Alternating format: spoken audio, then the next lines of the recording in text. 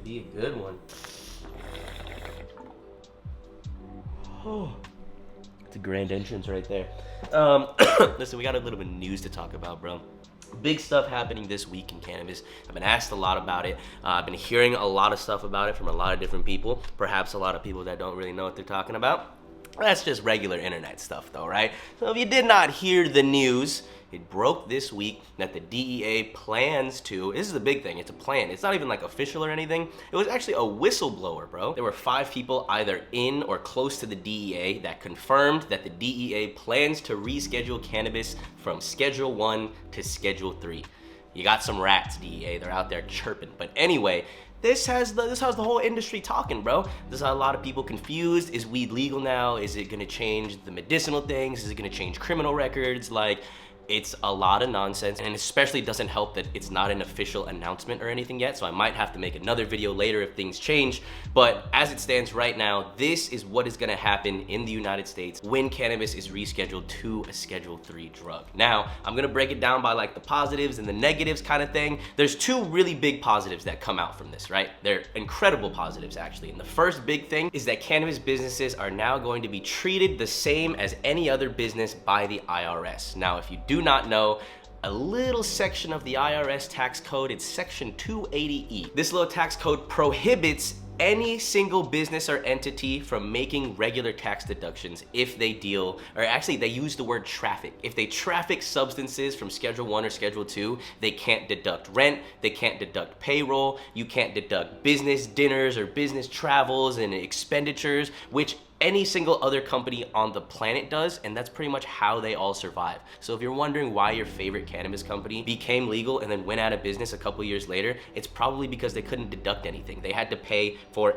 every single little bit of their business, which is not normal. And that's one of the biggest reasons why A, a lot of cannabis companies go bankrupt, or B, a lot of black market companies don't even want to be legal, because they're like, why would I deal with all these taxes and all these things that I gotta people in my ear, the government, when I can just trap weed on the side, no taxes, and I'm pocketing a lot more money. So now with the reschedulization, cannabis businesses can now deduct all of that, which opens up a shitload of cash flow, opens up an insane amount of things.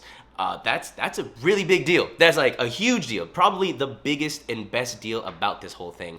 Maybe you're not gonna feel it from a consumer standpoint, but almost all of my friends that are cannabis operators that have legal businesses are just like rejoicing. They can't even believe it. Like 280E has been that thorn in their side since it's been legal, you know? And that's like a federal thing. That's not just California. That's every single business or entity in the entire United States have to pay an insane amount of taxes, don't even get protection from the government for those taxes, and then don't get any deductions whatsoever. It's kind of crazy. Another thing with finance and banking that I've been hearing about is people say banking is gonna be a little bit differently, but I have not found any conclusive evidence or research that suggests such a thing. So people were thinking, maybe even I was thinking, that you'd be able to use credit cards and such. When I was up in Canada, weed is federally legal, so there's no problem with banks giving out loans or processing credit cards or anything like that. So you can go and use your Amex to buy some weed. That is not a thing in the United States. And that's because Visa and MasterCard and all these brands don't want the risk of dealing with an illegal substance. Like, whether it's legal in that state, it's still federally illegal, and this does not change that. Weed is still going to be federally illegal across the United States.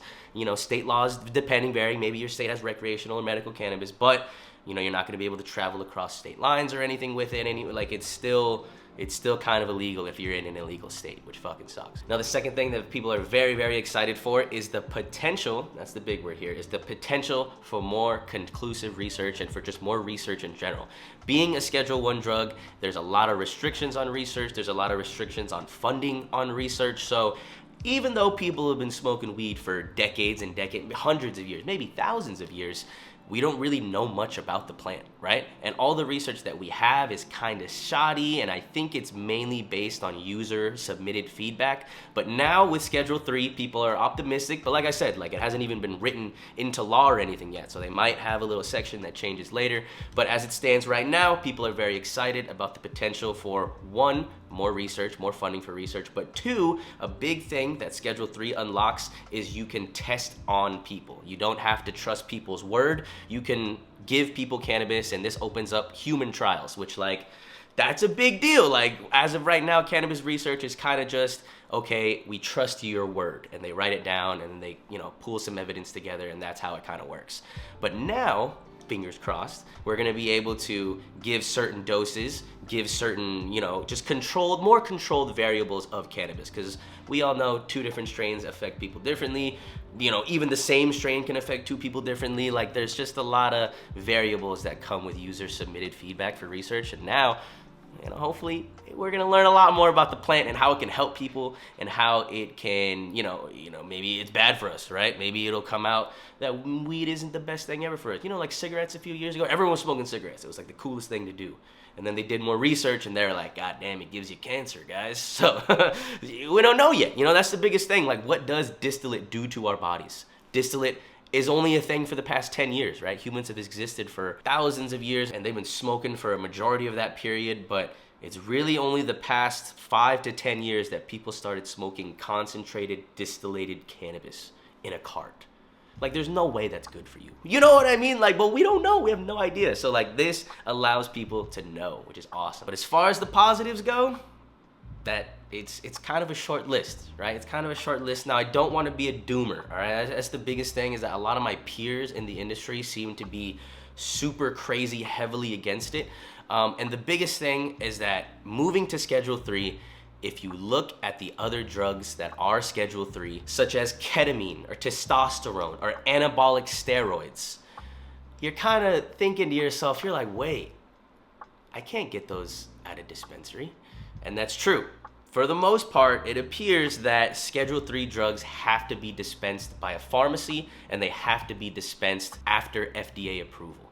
And that's not something that you have to deal with right now. So that's a big motherfucking deal, right? That has huge implications. Like, if they choose to really enforce that like the past, then, perhaps say goodbye to your favorite dispensary, right? Or maybe they don't have enough money to hire a pharmacist. Or maybe, like, there's a lot of just ifs that come with that. There's a lot of what ifs. How is it gonna look? You know what I'm saying? Like, you can't get ketamine out of you can't just walk in and get ketamine with an ID. You have to, like, go through some trials, and it's crazy. You know what I mean? Like, none of those drugs you can just get willy-nilly. And that might be a little bit of a problem. And that also opens the door, and I think this is what they're trying to do, it also opens the door for big pharma to come in, right? As it stands right now, I wanna say a good amount of cannabis companies are bootstrapped, right? There are a lot of first company people, there are a lot of, like, non-chads, right? They don't really do business, they just smoke a lot of weed and wanna sell good weed. And that's pretty awesome.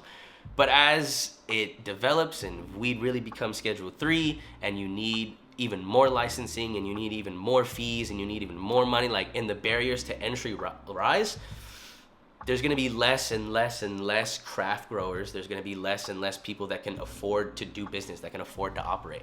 And obviously that's a huge fucking problem. That's what makes weed so motherfucking special, is that, like, you can, for the most part, meet with the people that are growing your plants, or that you can, like, it's just a very community focused, like, everyone's in the field. You're not that far from your favorite grower, right? You're a couple handshakes away from them. But, like, if weed really becomes corporate as fuck and pharmacied out, and it might cause a couple problems and phase some people out, which already happened after weed became legal, right? Everyone was just kind of selling. It was like the medical days. It was kind of a vibe. But then licensing came, and it forced a lot of people out, or it forced a lot of people into the black market. So we'll see if the black market continues to thrive, or we'll see if it doesn't. That's why the 280 thing is kind of a big deal, because it almost offsets that. Like, if you're able to deduct a shitload of things for your business, then it might be worth becoming a legal entity to do that. You know what I mean? But as it stands right now, there's no, like, okay, there is a point of becoming a legal brand, but, like, there's really no crazy benefits besides, getting in dispensaries and stuff. But if you're just interested in money in your pocket, right now, as a Schedule 1 drug, cannabis is more profitable selling it on the streets, 100%. Cannabis is in, like, a catch-22 where it's just moving around, but it's not really becoming legal, and it's just allowing for, in my opinion, dirtier hands to get into the pot. People are kind of realizing that it's a pretty big industry, right? I think it's got more than 400,000 jobs across however many states. It's legal in 24. Medicinal, it's legal in 35, 38, something like that. Like, billions of dollars in every single state it's operated in. There's a lot of people rubbing their hands together that don't smoke weed, that just want to take advantage, right? That just see a growing industry that they can make some money in. They don't care about the quality of their product. They don't care about the people that they're selling it to. They don't care about none of that. They don't care about anything besides the line that goes up, besides the numbers in their bank account. And that this rescheduling might promote such a thing, right? But at the same time, this is where I differ from a lot of my peers, because a lot of my peers, like, here, look, I don't usually do this. This is my friend Cannabis Cutie. She is one of the most educated, I was gonna say women, she's one of the most educated people in our space, 100%, and she's also one of the largest. And I saw her video going around a little bit, and I got it sent to me a couple of times, and I just don't agree. Here's why I am a hater, and I'm gonna always be a hater when it comes to this. Come on. I know too much. Is the government trustworthy when it comes to this plant? Absolutely not. That's fair. Is this a celebration? Fuck no. Maybe for 280E in research, but what if they say, hey, your dispensary no longer exists? All right, that's the big thing about all this, right? Is I feel like a lot of my peers are just in that super what if phase. But I agree with my boy Mike right here. Legal cannabis is already an established thing in so many places, and it's a huge industry in so many places. I don't think the government would disrupt that just for... Actually, the more that I say it, maybe she's right. Maybe she's right too. Like, maybe they would, you know, and especially in an election year, maybe they would dismantle something for something worse. That's not completely unreasonable. And maybe it's hopium on my end, but I really just don't want to think about precedent in a situation like this, if that makes sense. Like, we are in an industry that's trailblazing, that's never existed before. Like, we are doing shit that humans have never done before, kind of thing. You know what I mean? That this government's never seen before. So it's like, yeah, we can compare it, especially, you know, there's similar things that have happened in the past, maybe like alcohol prohibition and such. But like, I just think that we are in a time period in history where it's like, fuck everything in the past, you know? Like, it's now, baby. Like, we can make some change. I think we have enough power. We have enough, like, say so to make change, you know what I mean? To not look at the past and be like, well, this is how they operate in the past, or this is how they fuck people over, which I agree, fuck the government. I'm not on the Fed side here, right? Like, this is the one time where I maybe am playing devil's advocate for the feds, right? I'm normally fuck the government, all that. And maybe it's corny and maybe it's hopium and copium, but like, I just think that being positive in a situation like this is the way to go about it. You know what I mean? Like, if we're in a position to just influence so many people and have a voice like so crazy, and not even just me and her, just anybody, you know what I mean? Like, if you have any sort of voice, if you talk to one person, that's an influence. Like, it almost sounds like we're giving up so early, right? It sounds like before anything even happens, we're like, no, like, it's gonna be awful, you know what I mean? But let's fucking get our voices out and like tell them how it's supposed to be type shit. But like, I of course appreciate her voicing a position like that. That's 100% reasonable, and I feel like it's what I've been seeing a lot from my peers. Like I said, like motherfucking Adam Ill, bro. Maybe the one guy in the industry who's most equivalent to like the old man shaking his fist at the sky meme. Like, this guy's just crazy negative. He's the homie for surely. He's way more positive in person. It's crazy. Like, in person, he's the homie, but like online, he's just spewing negativity. And he had this tweet that went like a semi-viral. I saw it a few times. He said, rescheduling cannabis to a Schedule 3 is the worst thing that can happen. You ready to get your weed from a pharmacy? Say bye to your favorite shops and strains. This will be FDA and government controlled. And it's almost like fear-mongering almost, bro. It's crazy. He said they'll shut down because they can't afford to employ a pharmacist to fill prescriptions. Strains will get watered down. Just facts. No fear. Remain ignorant. It's better for you.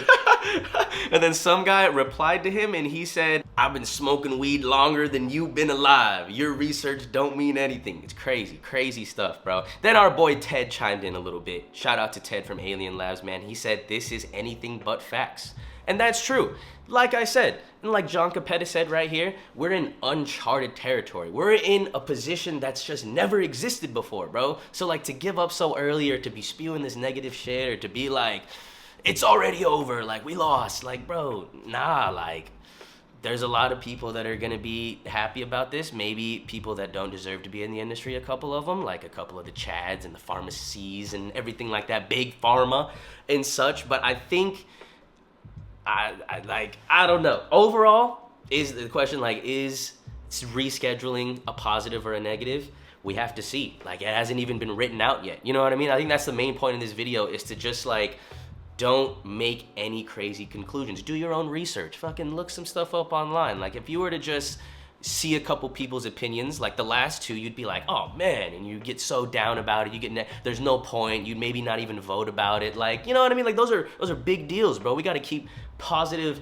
mindsets, and we got to keep like the sentiment high. You know what I mean? That's like how a population. You ever played Civilization, bro? You know, when your citizens are all unhappy, like shit doesn't get done. You're unproductive. You're losing money. It's like, no, we can't be like that, bro. We got to be positive about this shit, man. Like, we got to see how it even plays out. And if it doesn't play out in the way we want it to, we got to fucking change that shit and be active about it. Like, we can't just be giving up, man. I think that's like the main point of this video is, I don't know if it's a positive or negative.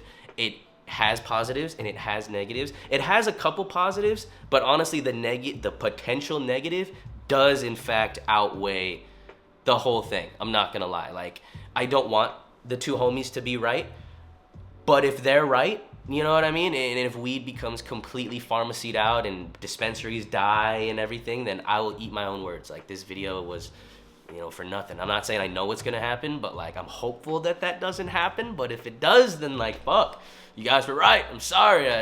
Fuck. I don't want it to be true, right? I'm in that hopium-copium phase where I'm just like, cope, try to make some change. I don't know. But I think we can all make a change together. I think that's the most important thing here. So we'll see how it plays out. I'll make another video later when it comes to if anything is officially written by the government. But as of right now, it's just it was literally 5 people that leaked it to a couple news articles, and it's like blowing up right now.